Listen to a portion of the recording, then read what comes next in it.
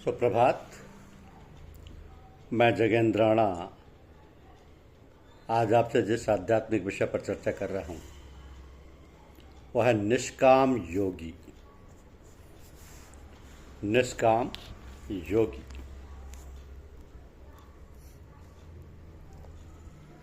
अपने कर्तव्य से विमुख, आलस्य और प्रमाद के वशीभूत होकर अपने कर्तव्य की अवहेलना करने से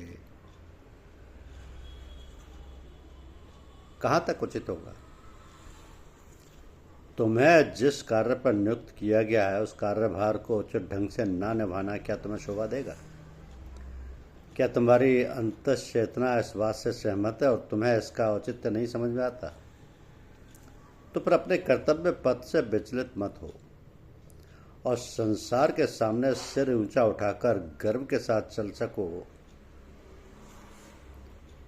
चलो कि तुमने कभी भी अपने कर्म से मुख नहीं मोड़ा और सच्चे शूरवीर या क्षत्रिय की भांति संसार के सम्रांगण में अस्त्र शस्त्रों से सुसज्जित सामने जो उपस्थित हुए वैरियों को पछाड़कर परांग मुख कर दिया। इस प्रकार सदा सर्वदा के लिए वर्तमान और भविष्य में तुम्हारी गौरव गाथा के गीत उद्घोषित होकर आने वाली संतानों का पथ प्रदर्शन करते रहेंगे।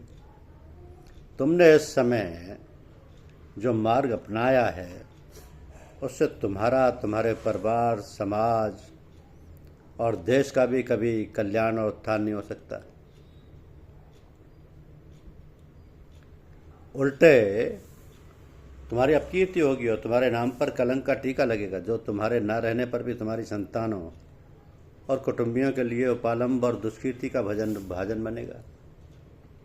नहीं नहीं, तुम तो नरपुंगव हो, वीर हो, विवेक और विचार से काम तो सब कुछ ठीक हो सकता है। ऐसे अवसरों पर अपने ऊपर निर्भर न रहकर किसी महान पुरुष की शरण लेकर उसकी छत्र छाया में रहकर उसका सर परामर्श लेकर उस पर आरूढ़ होकर दृढ़ता के साथ पग रखते हुए अग्रसर होते रहो, चलते रहो, गिरते पड़ते किंतु सदा हंसते हुए मार्ग पर चलते रहो। विजयश्री तुम्हारे चरण चुंबन करेगी, तुम्हें बरेगी और तुम्हारी यश पताका दिग्दिगंत फहराएगी। तुम्हारा यशोगान होगा और तुम फिर चिर मधुमयी प्रशंसा के पात्र बनकर कीर्तिमान बनते रहोगे। तो ये जीवन, मनुष्य जीवन अति दुर्लभ है। न जाने कितने पुण्यों के संचित होने पर यह मनुष्य शरीर भगवान की महानुकंपा से प्राप्त हुआ है। इसे यूं ही ना गंवाकर सार्थक बनाओ और मनुष्य जीवन का जो महान लक्ष्य है उसे पूर्ण करो। कौन कह सकता है कि पुनः यह नर शरीर हमें प्राप्त होगा? जब जो कुछ हमें प्राप्त है और हम उसकी अवहेलना करेंगे तब तो यह प्रत्यक्ष है ही कि यह मनुष्य शरीर फिर भविष्य में हमें प्राप्त नहीं हो सकता। तो वर्तमान में जो साधन, सामग्री और समय मिला उसका सदुपयोग ही हमारे परम लक्ष्य होना चाहिए। जानते हो वह परम लक्ष्य क्या है? केवल एकमात्र अपने आप को भगवान के हाथों में समर्पण कर देना। तो कैसा समर्पण हो? ये सबसे सरल, सीधा और निष्कपट मार्ग है। कहने सुनने में कठिन नहीं, अति कठिन वरन महाकठिन और असंभव सा, किंतु व्यवहारिक जीवन में लाने इसमें अति सरल, महासरल और संभव। तो जो भी कर्तव्य तुम्हारे सामने है, जो भी परिस्थितियां तुम्हें घेरे हैं, जो भी समय हो, सरलता के साथ उसके पालन करने में लग जाओ।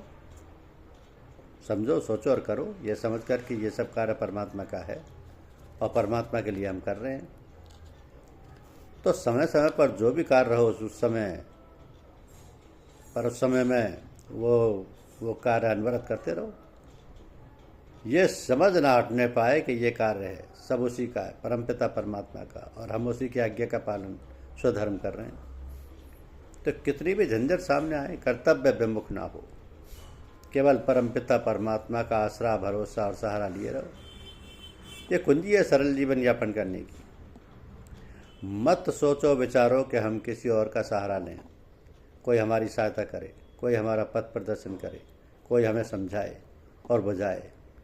और अरे भोले भाले जीव, तू जानता नहीं है क्या कि वह परमपिता परमात्मा सर्वशक्तिमान है, सर्वज्ञ है, अंतर्यामी है, सर्वव्यापक है। वो प्रतिपल प्रतिक्षण हमें देखता है, हमारी सांस को, आह को, पुकार को सुनता है, समझता है। तो हम तुम कोई भी उसे धोखा नहीं दे सकते, क्योंकि वो अंतर्यामी है। वो सब समझता है, जानता है कि हम सब क्या चाहते हैं। संसार के प्राणी भले ही माता पिता हों, भाई बंधु हों, स्त्री पुरुष हों, कुटुंबी हों, पड़ोसी हों, देशवासी हों, कोई भी हों, साथ देने वाले नहीं हैं। हाँ, केवल हमें उनके प्रति जो हमारा कर्तव्य है उसे तन मन धन से पालन करते रहना चाहिए। परमपिता परमात्मा ने हमें उनके प्रति कर्तव्य पालन के लिए नियुक्त किया है, तो प्रार्थना करते हुए उन्हीं परमपिता परमात्मा का दायित्व समझकर कर्तव्य करते रहना चाहिए। तो देश काल वस्तु का ध्यान रखकर कर्म यज्ञ करते रहने से हम अछूते रहेंगे, क्योंकि हम तो यज्ञ कर रहे हैं। अब यज्ञ माने अपने लिए ना हो, यज्ञ स्वार्थ नहीं, परार्थ और परमार्थ है। यदि सचमुच विचार किया जाए तो यह यज्ञ कर्म, ये परार्थ परमार्थ ही सच्चा स्वार्थ है। तो सच्चे स्वार्थ का सच्चे मन से निर्वाह करना ही साधना का निर्गम पथ प्रदर्शन, साधना का निर्गम पथ प्रदर्शन करने लग जाते हैं। और तब जानना, समझना, ज्ञान, ध्यान और समाधि की अपनी कोई संज्ञा नहीं रह जाती। लक्ष्य अलक्ष्य हो जाता है, साधक सिद्ध बन जाता है। आत्मा परमात्मा के सानिध्य में सब विस्मृत होकर, सब लयपलय होकर स्थित प्रज्ञ हो जाता है। और ज्ञानी परम ज्ञानी बनकर सब कुछ करता हुआ अकर्ता निष्काम योगी बनकर स्वयं संसार के प्राणी मात्र का पथ प्रदर्शन करने लग जाता है। तो जीव और जगत सब उसकी क्रीड़ा स्थली बनकर अनुपम उदार विचारधारा प्रवाहित कर संसार और संसार के जीवों का कल्याण करने में संलग्न और तत्पर हो जाती है। अब ये कहने सुनने की बात नहीं है, वास्तविकता तो कुछ और है जिसका वर्णन करना जरूरी है। क्योंकि जो निष्काम योगी है, निष्काम योगी बनकर स्वयं संसार के प्राणी मात्र का पथ प्रदर्शन करने लगना चाहिए, करना ही चाहिए। क्योंकि ईश्वर ही परम गुरु है, जो ईश्वर से अपनी लौ हर समय लगाए हुए है, उसको ईश्वर से तादात्म्य है।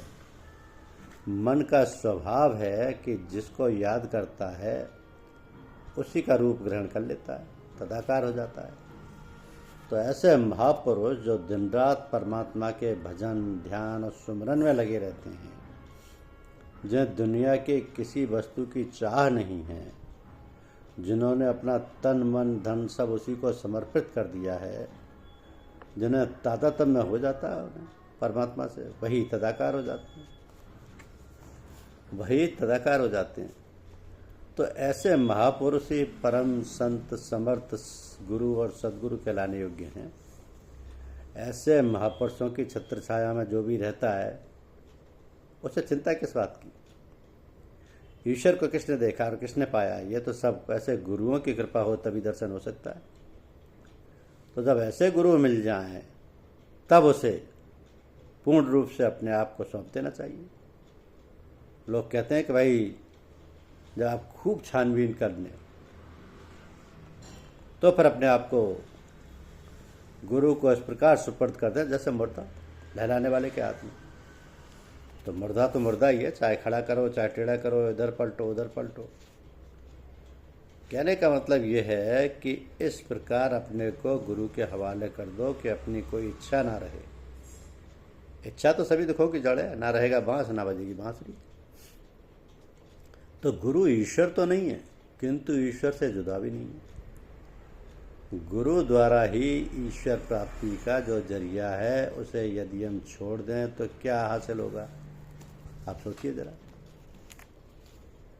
तो ऐसे गुरुओं के सानिध्य में रहने से रिद्धि सिद्धि सब बाट देखती रहती हैं। उन्हें किस बात की जरूरत। धन्यवाद।